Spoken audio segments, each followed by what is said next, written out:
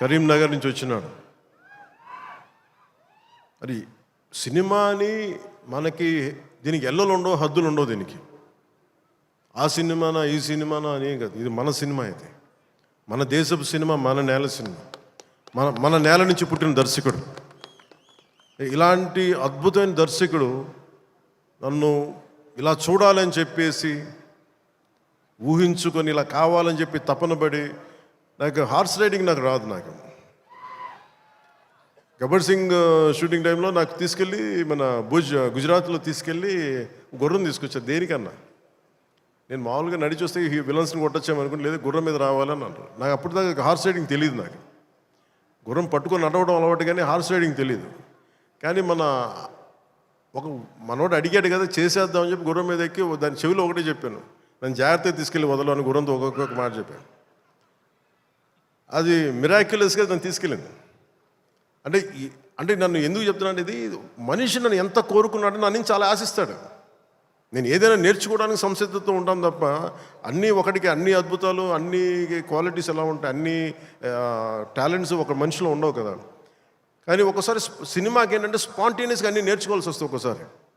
So అలాంటి spontaneity ఒక యాక్టర్కి రావాలి అంటే ఆ డైరెక్టర్ కానీ రైటర్ కానీ ఎంత ప్యాషనేట్ వ్యక్తులు అయితే తప్ప మనం చేయలేం, పుష్ చేస్తారు అట్లా.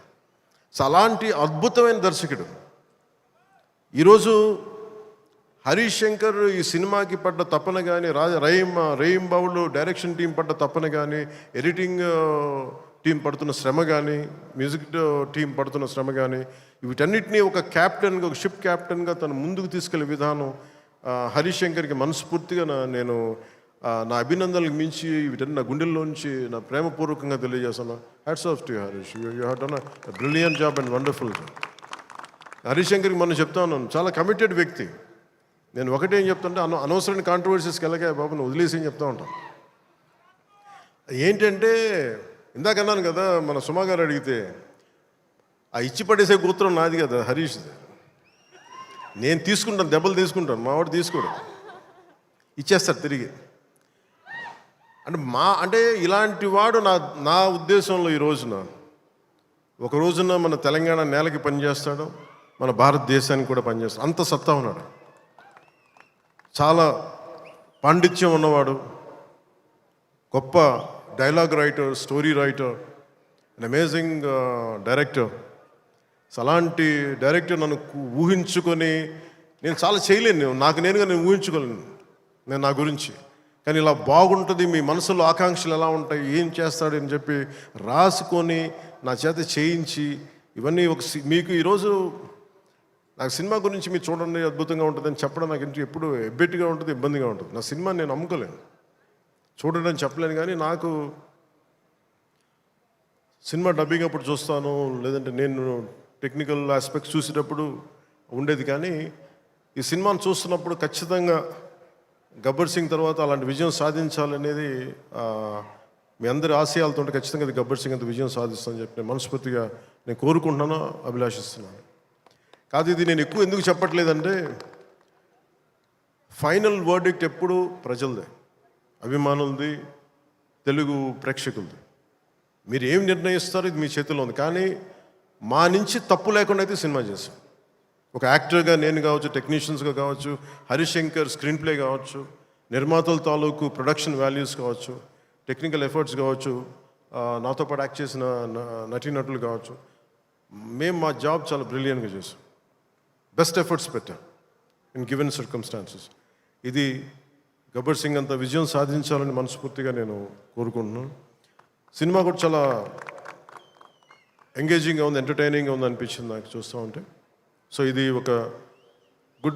ఒక మాస్ ఎంటర్టైనర్ గాను, లేదంటే మీరు ఎలా చూస్తారు, నేను కూడా 19th ఉగాది రోజున మీరు ఎలాంటి తీర్పునిస్తారు, మీకు ఎలా నచ్చదు నేను కూడా ఎదురు చూస్తూ ఉన్నాను. ఎక్కడో మారుమూల నేను పాలిటిక్స్లో ఉన్నాగా నేను ఎప్పుడు సినిమా నా నుంచి తీయలేరు, నా గుండెలో ఉండిపోయింది, నరాలు జీర్ణించుకుపోయింది, సినిమాని తీయలేరు. ఇందాక హరీష్ చెప్తున్నట్టుగా ఒక పాటలు కానీ సాహిత్యం కానీ వింటూ ఉంటాం. అలాగే ఒక మంచి సినిమా, ఒక మంచి కథ, మనం చాలా లోలో ఉన్నప్పుడు ఒక సినిమా చూడగానే, ఒక సన్నివేశం చూడగానే మళ్ళీ జీవితం మీద మళ్ళీ మనకు ఆశ వచ్చి ముందుకెళ్తాం. చాలాసార్లు ఇబ్బందులున్నా ఓటములు తట్టుకుని ఒకసారి సినిమా అనేది మనకి అబ్రాడ్లాగా పార్కులు ఉండవు, మనకి చిన్న చిన్న ఇళ్ల మధ్యలో ఉండవు, రోడ్ల మీద నడవడానికి సరైన పేవ్మెంట్స్ ఉండవు, అన్ని ఇబ్బందుల మధ్యలో కూడా భారతదేశంలో ఎస్పెషల్లీ దక్షిణ భారతంలో సినిమా చాలా కీలకమైనది. సినిమా అనేది లేకపోతే ఎంత క్రైమ్ పెరిగిపోతే మనం ఊహించలేం. ఒకసారి బెంగళూరులో రాజ్ కుమార్ గారిని వీరప్పన్ ఆయన కిడ్నాప్ చేసినప్పుడు this is observation by Karnataka police. సడన్గా స్పైక్ అయిందండి క్రైమ్. సినిమాలన్నీ 100 రోజులు పైన బంద్ చేసేటప్పటికి.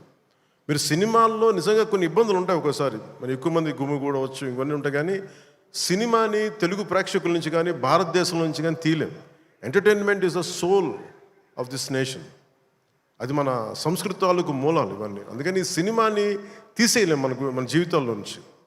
అలాగే నాకు ఎప్పుడు ఏ హీరో విజయం మీద నాకు ఎప్పుడు ఇన్సెక్యూరిటీ ఉండదు. అందరూ బాగుండాలని కోరుకుంటాను. సర్వే జనం సుఖినో బాగుందంటే నేను ఒక్కనే బాగుండాలి, మిగతా వాళ్ళు పోవాలి మనం కాదు, అందరూ బాగుండాలని కోరుకుంటాను. అలాగే నేను చాలా పర్యాలు చెప్తూ ఉంటాను. ఇప్పుడు ఉదాహరణకి నేను టుడే ఈ మన ఏపీ గవర్నమెంట్కి సంబంధించి టికెట్స్ ఇవన్నీ అడుగుతూ ఉంటే నేను అది ఒకటే అనుకుంటాను. First of all ticket hikes ఇవన్నీ ఏంటి? ఇట్ ఈస్ అబౌట్ ఎవరిని ఎక్స్ప్లాయిట్ చేయడం కాదు కదా. Cinema is not a compulsory మన గన్ పాయింట్లు పెట్టి మీరు చూడాలని అనుకో, మన చాయిస్ ఉంది. ఈరోజు నెట్ఫ్లిక్స్ ఉంది, ఈరోజు మనకి అమెజాన్ కావచ్చు, దర్ మల్టిపుల్ ఓటీటీ ప్లాట్ఫామ్స్ ఉన్నాయి. ఫస్ట్ డే వెళ్ళి చూడాలనుకోవడంలో కూర్చోబెట్టి ఇంత ఖర్చు పెట్టుంటారు. దీనికి ఒకసారి నన్ను అడుగుతూ ఉంటాను.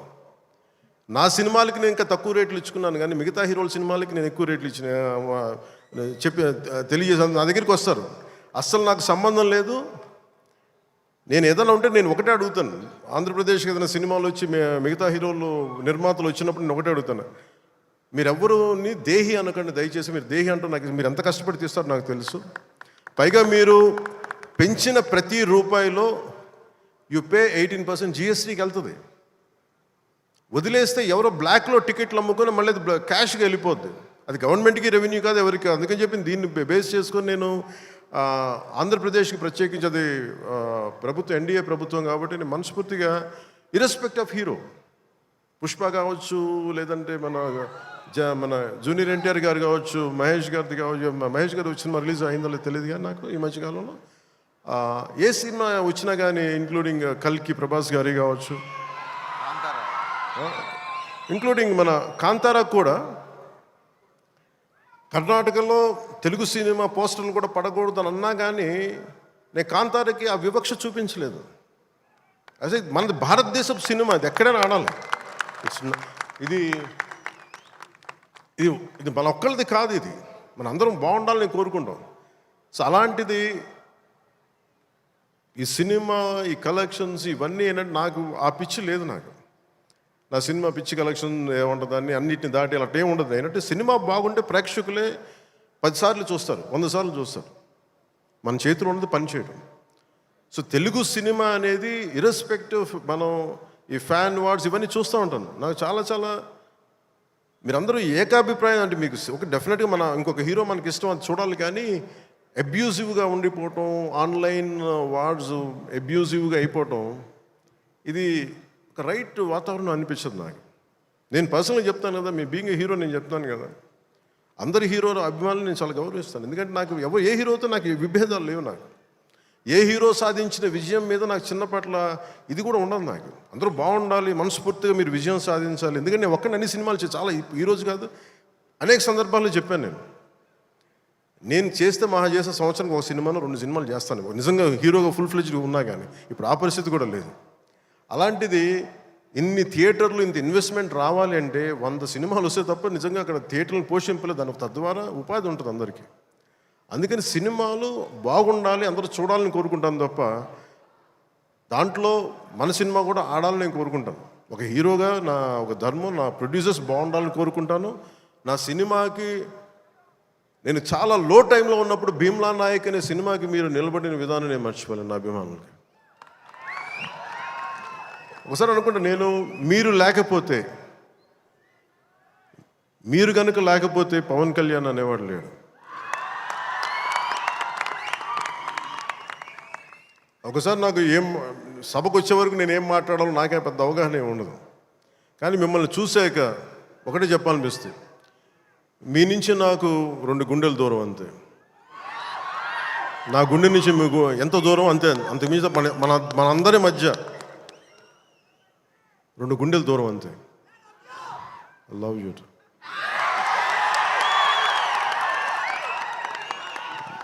నేను సినిమా చేసినప్పుడు ఒకటే కోరుకుంటా, మీకు పవన్ కళ్యాణ్ సినిమా చూసినప్పుడు ఎలా ఉండాలి అని కోరుకుంటానంటే ఎంటర్టైన్మెంట్ ఉండాలి.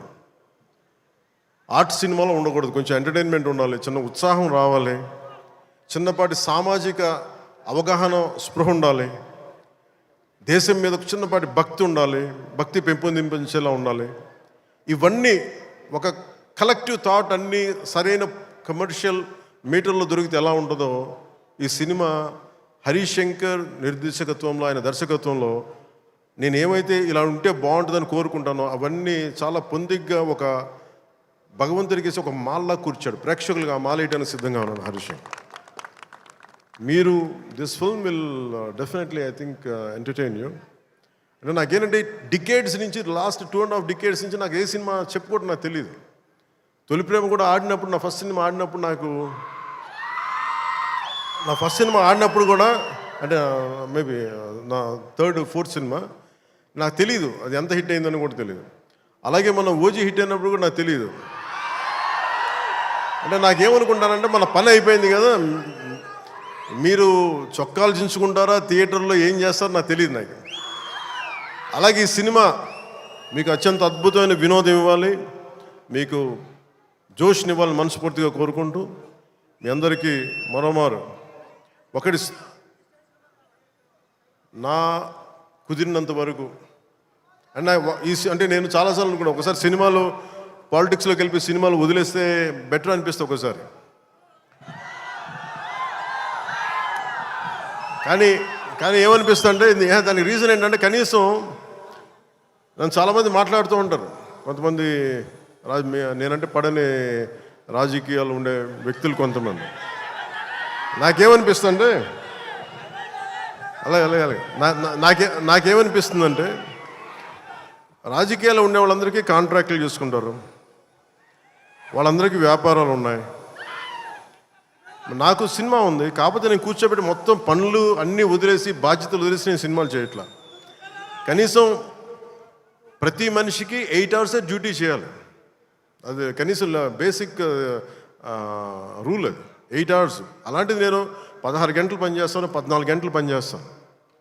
ఒక 3-4 గంటలు ఇలాంటి సమయంలో కుదిరితే అన్నీ కరెక్ట్గా పెట్టుకొని, నా సమయాన్ని నిజంగా దృష్టిని, దాని తాలూకు విలువను గుర్తించి సరిగ్గా ప్లాన్ చేసుకుంటే, మన ఉస్తాద్ భగత్ సింగ్ లాగా ఎలా ప్లాన్ చేయగలం హరీష్ చూపించారు అది. సో నాకు దాన్ని బట్టి సినిమాల్లో మనం చేయొచ్చు అనే ఒక చిన్నపాటి ఆశ అయితే కలిగింది. అంటే ఆశ కంటే కూడా చెప్పాలంటే ఒక ధైర్యం వచ్చింది. సో నెక్స్ట్ టైం ఎవరన్నా సినిమా చేయాలి నా దగ్గరికి వచ్చినప్పుడు హరీష్ శంకర్ గారికి, మైత్రి మూవీస్కి నేను పంపిస్తాను. వాళ్ళు ఎలా ప్లాన్ చేశారు, ఎలా అత్యంత తక్కువ టైంలో, అంటే నేను వాళ్ళకి అర్థమయ్యేది కాదు. ఎప్పుడు నేను ఆంధ్రాలో ఉన్నాను, ఎప్పుడు ఇక్కడ ఉన్నాను అర్థమయ్యేది కాదు ఎవరికి. ఎందుకంటే నేను కరెక్ట్గా అక్కడికి వెళ్ళి 8 గంటలు పనిచేసేవాడిని, 9 గంటలు ఉండేవాడిని, ఒకసారి 12 గంటలు ఉండేవాడిని, వచ్చి నైట్ అంతా కూర్చొని 2 దాకా చేసేవాడిని ఇక్కడ. ఇవన్నీ చేయగలిగానంటే ఇది బేసికలీ నా కాలం తాలూకు విలువను అర్థం చేసుకొని దాన్ని ముందుకు తీసుకెళ్ళినందుకు మనస్ఫూర్తిగా నిర్మాతలు రవి గారికి, నవీన్ గారికి, ప్రతి ఒక్కరికి నా ధన్యవాదాలు తెలుపుకుంటాను. ఇది మీరు ఇచ్చిన ఈ జోష్ కానీ ఈ అవకాశం కానీ నేను మర్చిపోలేను. మీరు అలాగే విదేశాల్లో ఉన్న తెలుగు ప్రేక్షకులందరికీ, అభిమానులందరికీ, నా అభిమానులందరికీ మనస్ఫూర్తిగా ధన్యవాదాలు తెలుపుకుంటూ ఈ సినిమా అద్భుతమైన విజయం సాధించాలి, మీ అందరికీ ఆనందం పంచాలి మనస్ఫూర్తిగా కోరుకుంటూ, నా తోటి నటీనటులందరికీ, టెక్నీషియన్స్ అందరికీ, హరీష్ శంకర్ గారికి, నిర్మాతల ద్వయానికి, ప్రతి ఒక్కరికి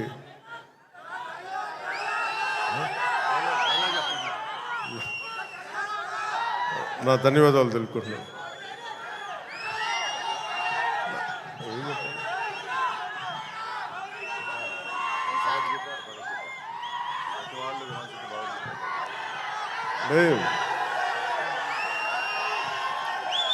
అంటే నా భయం ఏంటంటే సినిమాలో చెప్పేస్తాను కానీ అది భగవద్గీత, ఇది భగవద్గీత అని.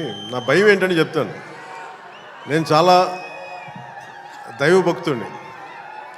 నాకు భయం ఇవన్నీ సినిమాల వరకు మనోడు నెట్టేసి చెప్పించేస్తాడు, కానీ ఇవన్నీ సినిమాల్లో అంటే ఇలా ఇలా చెప్పడానికి చాలా భయం వేస్తుంది.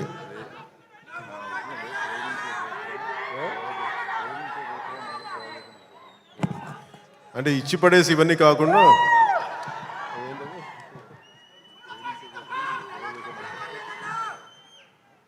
అంటే ఆ డైలాగ్ చెప్పిన ఒకసారి, నువ్వు ఏ రాసావు చెప్పు.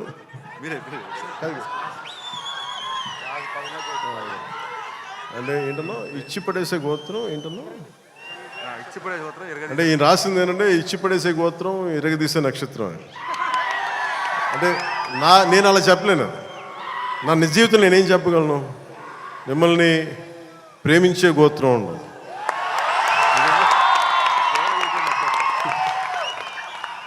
ఇది నేను ఎలా చెప్పగలంటే మిమ్మల్ని ప్రేమించే గోత్రం, సేవ చేసే నక్షత్రం.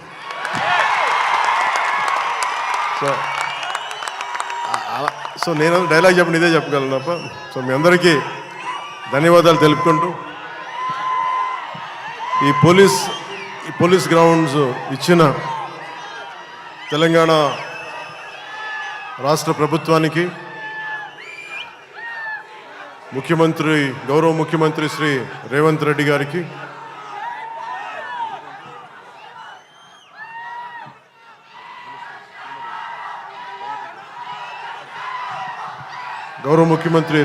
గారికి, సినిమాటోగ్రఫీ మినిస్టర్ కోమటిరెడ్డి గారికి, తెలంగాణ రాష్ట్ర డీజీపీ గారికి, కమిషనర్ గారికి, సజ్జనార్ గారికి, పోలీస్ గ్రౌండ్స్ ఇచ్చిన పోలీస్ అధికార యంత్రాంగానికి, ఇక్కడ రక్షణకు వచ్చిన పోలీస్ కానిస్టేబుల్స్ అందరికీ, అధికారులందరికీ మరోమారు ధన్యవాదాలు తెలుపుకుంటూ ఈ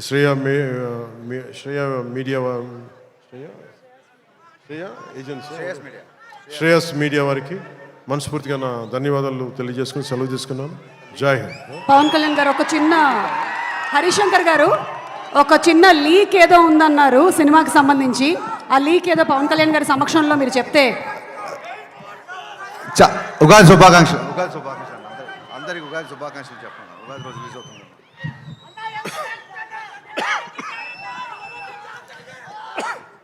మీరు ఆరోగ్యం జాగ్రత్తని దగ్గు తెప్పించారు నాకు. అంటే నాకు ఉగాది సందర్భం రోజున ఈ సినిమా రిలీజ్ అవుతా ఉంది. సో మీ అందరికీ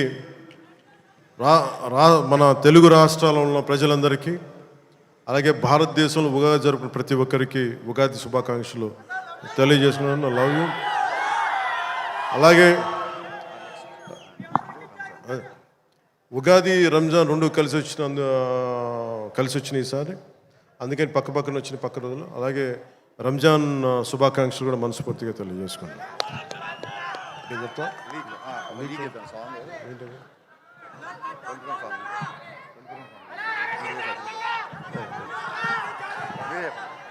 నేను చెప్తాను.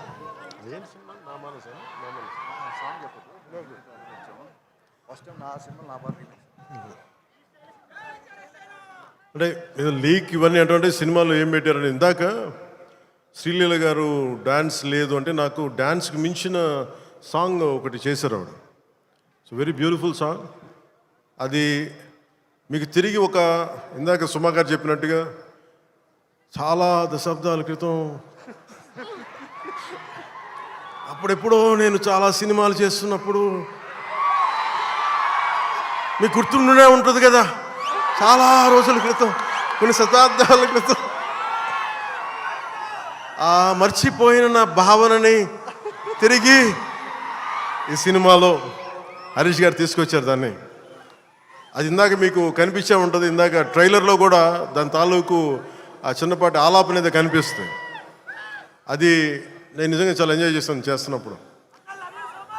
సో ఈ సినిమా మరోమారు మీ అందరికీ ఆనందం కలిగిస్తుంది తెలియజేసుకుంటూ జై హింద్.